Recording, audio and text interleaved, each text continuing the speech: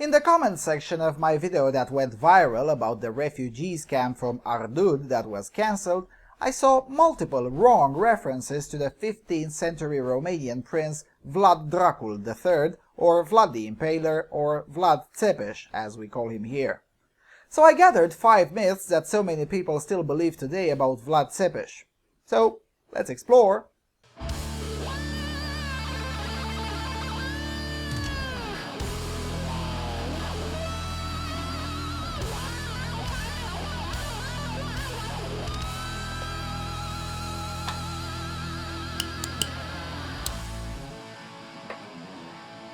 Hello everyone and welcome to the Freedom Alternative.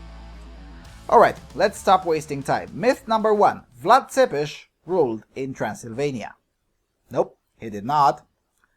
Prince Vlad Dracul the Third served as the voivode of Wallachia in 3 separate terms. In 1448, the period between 1456 and 1462, and several more months at the end of 1476. Wallachia, or the Romanian land as it's sometimes referred in historiography, is the south of modern-day Romania, essentially. The only territories that can arguably be considered part of Transylvania that did belong to Wallachia are the mountainous territories of Amlaș and Făgăraș, and those territories had already been lost to the Hungarian kingdom by the time Vlad had climbed the throne. Now, by the end of his life, some of those exclaves were recovered, but nowhere near to the extent that was the case during Vlad's grandfather, Mircea the Elder, or Mircea I of Wallachia. So no, Vlad the Impaler did not rule in Transylvania. The closest he got to any influence in Transylvania was in 1475, when he collaborated with the Transylvanian commander Stephen Batory of Eșed, or Batory István, to reconquer Wallachia, which had fallen to Turkish rule following his imprisonment, an attempt which was successful, and in November 1476 Vlad proclaimed his third rule, which lasted until his death around 2 months later. And we'll talk about Vlad's imprisonment in a minute. Anyway, myth number 2. Vlad used to drink blood. This myth comes largely from a rigid interpretation of a 15th century German poem that paints Vlad as a blood drinker. The poem seems to suggest that Vlad liked to dine among his impaled victims, dipping his bread in their blood. The original version of the poem can be seen today at the Heidelberg University in Germany.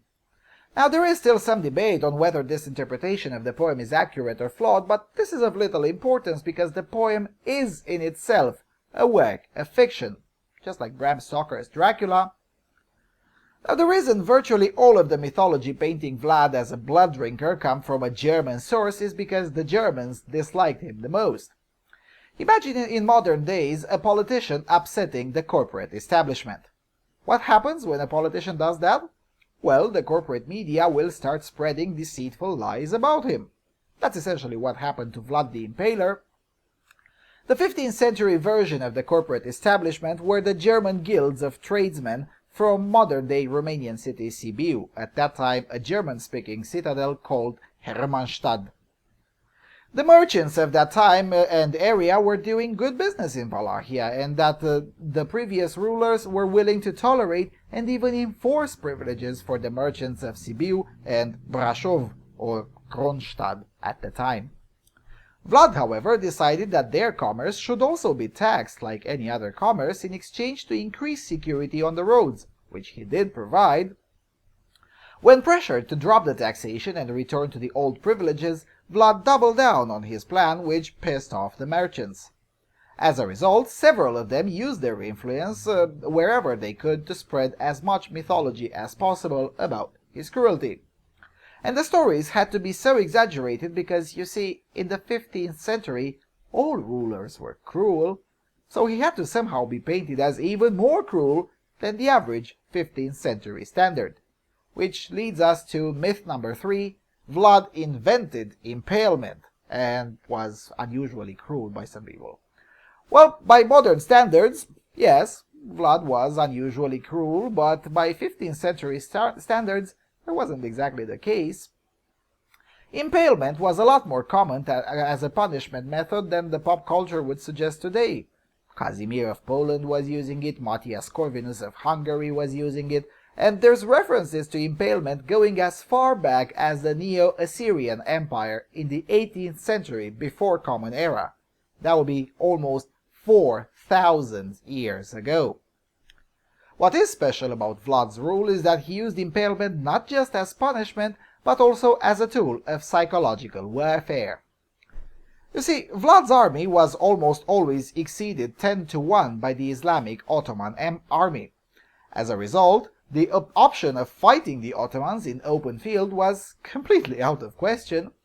So he did what anyone in his place would have done, namely to use any trick imaginable to gain advantage over the invading Ottomans. Now, in addition to staging large fields of impaled Turks, he also poisoned the wells, left abandoned cities in Turks' way filled with impaled bodies, and all sorts of things that are cruel and nasty by modern standards, and indeed rather a bit nasty even by 15th century standards, but amongst the few ways he could fight back. It's very easy to judge by, let's say, northern German standards, where you have never been invaded by Ottoman barbarians thanks to the Slovak, Hungarian, Romanian and Polish sacrifice at the Battle of Vienna. But it's a lot harder to pass moral judgments when a virtually infinite army invades you, constantly. So yeah, Vlad absolutely did not invent impalement, and by 15th century standards, he wasn't exactly unusually cruel, just unusually cynical in warfare, which is part of the reason we still remember him as opposed to his predecessors who kowtowed to Ottoman whims to the detriment of Christendom and the nation. So, myth number 4, Vlad defended Christianity. Well, not so much, and this is a tricky one. While it is indeed true that Vlad was a Christian and for all intents and purposes he had Christendom's interests in mind, it is not exactly true that he was instrumental in any way in defending Christianity as a whole. Now, there is a debate whose fault was that, and I won't get into details, but the facts of the time show that Christianity, or better said Christendom's leaders, weren't exactly Vlad's best friends. For example, in autumn of 1462, Vlad the Impaler and Matthias Corvinus of Hungary spent over a month planning an allied crusade against the Ottomans. After the plans were made, Vlad went on his way home to gather the army and start implementing the agreed-upon plan. But Matthias Corvinus engineered an ambush on Vlad's way, and on November 26, 1462, Vlad was captured by Matthias Corvinus's own men and spirited away to Hungary. In other words, the Crusader king betrayed Vlad, even though 2 years earlier Vlad had preferred to fight the Ottomans rather than make a deal with Mehmed I and let the Turks pass through Wallachia safely and invade Hungary. Now, there is a long debate as to why Matthias betrayed the alliance, but what is known for sure is that the Christian world was far less united than many would think today, and was a lot more mired into internal corruption and petty office politics and power struggles. So while we can argue on Vlad's intentions, in the grand scheme of things, one can at best claim that Vlad defended Christians within Wallachia for a short little while. To claim that Vlad defended Christianity as a whole is a rather extraordinary claim, for which the necessary extraordinary evidence hardly exists. And last but not least, myth number 5, Vlad's head was displayed in Constantinople. Well, this one may actually be true, but the reality is that we don't know. There are at least 3 different stories about Vlad's death, and around 100 variations of these 3. One is indeed that he died during a fight with the Turks, one is that he was killed by disgruntled Wallachian boyars, and one that he was killed accidentally during a fighting training or during a hunt. Indeed, some chronicles say that his head was preserved in honey and then was sent to Constantinople as proof of his death, and allegedly later on displayed on a stake as proof for the common folk in the Ottoman capital that Vlad the Impaler was indeed dead. However, nowhere is it mentioned when this happened.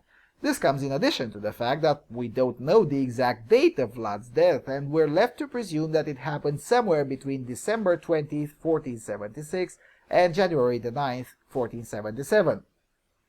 Now, considering how many enemies Vlad did have, any scenario of his death is possible, and there are no ways to check this because, well, his body was never found.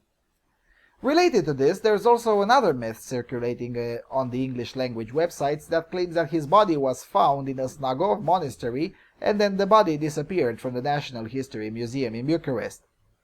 While it is true that some Vlad Ţepeş related items did disappear from the National History Museum in the 30s, his remains were not amongst those items, because his remains were never found. The Snagov story is founded upon the mistaken belief that Vlad himself founded that monastery, a claim which has been completely refuted over 150 years ago when historian Alexandru Odobescu established beyond all reasonable doubt that the Snagov monastery was there long before Vlad Ţepeş was even born.